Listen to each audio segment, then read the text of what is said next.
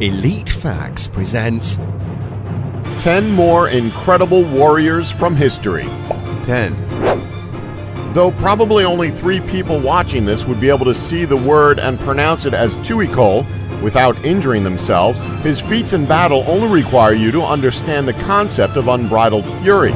Hailing from the equally difficult to pronounce Tlaxcala tribe, Tuicol was a warrior of legendary stature. We mean that literally. The guy was so huge it's rumored that other lesser men couldn't even lift the weapons he used in battle. Though it's not clear how it happened, Tuicol somehow ended up living with an Aztec tribe and realized that he could no longer go home since he'd fraternized with the enemy. He asked the Aztec king for a warrior's death, which he got, and then some. Tuicol was ordered to stand on a giant stone platform while 8 of the Aztecs' finest eagle warriors attempted to kill him. Tuicol effortlessly slaughtered them all and injured an additional 20 men before he was killed.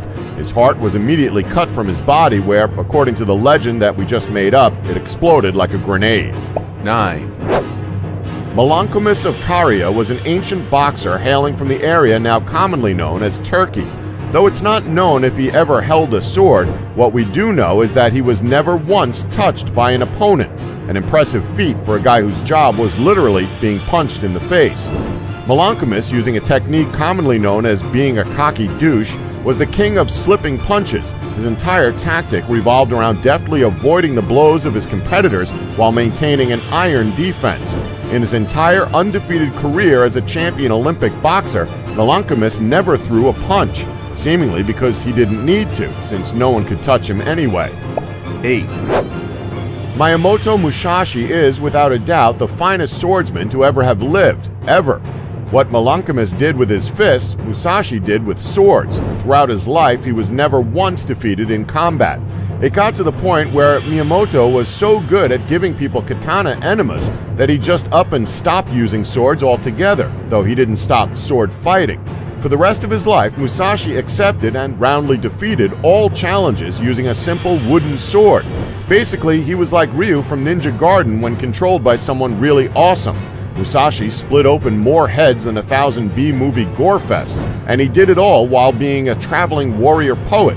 Now that's just straight-up pimp. 7. Attila the Hun was born in what is today Hungary and became one of the most violent and merciless rulers of the area.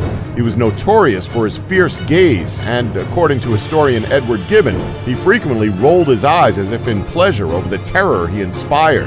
He also terrorized his enemies by claiming to own the sword of Ares, the Greek god of war, and judging from his vicious attacks and battles against the Roman Empire, his intimidation tactics worked just fine. 6.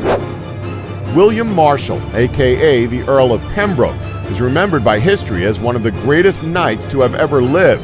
Now, a knight is supposed to exemplify many qualities, but the most important one, by far, was the ability to murder, kill an enemy knight and steal his stuff. That's something William did over and over and over and over again. Even on his deathbed, the Earl noted to those nearby that he'd bested at least 500 other knights in one-on-one combat. Now, you're probably thinking that surely he could have lied about that, which is a good point, but do remember that this was back in the time when people thought lying made your penis fall off, so it's probably safe to assume he wasn't. Besides, questioning his power is likely to earn you a mighty slap to the mouth when you become a ghost, so don't bother. 5. Astrodemus was one of the guys from the movie 300.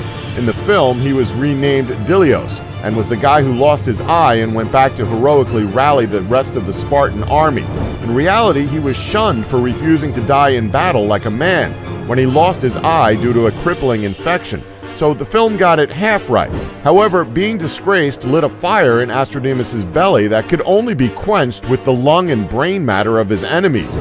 In the Battle of Plataea, Astrodemus became a veritable whirlwind of death when he embarked on a berserker-like suicide charge so ferociously badass that the stubborn Spartans decided to gradually forgive him and give him a proper burial.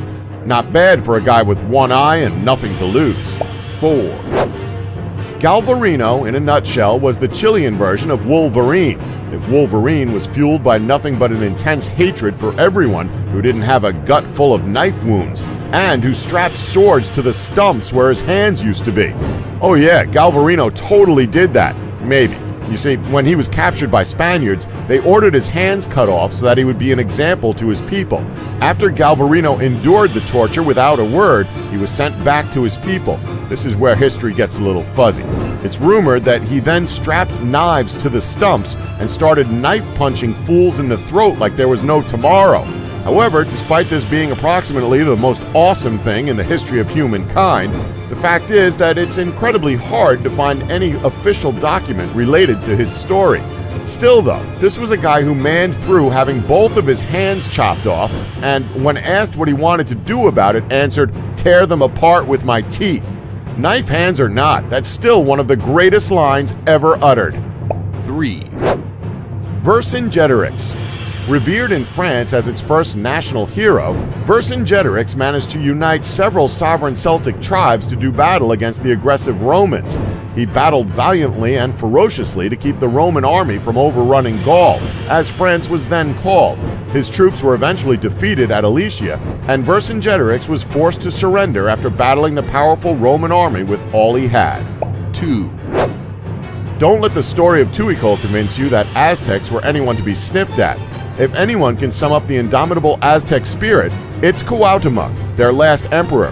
Cuauotomo was elected as emperor, while the city of Tenochtitlan, geez, is anything back then easily pronounceable?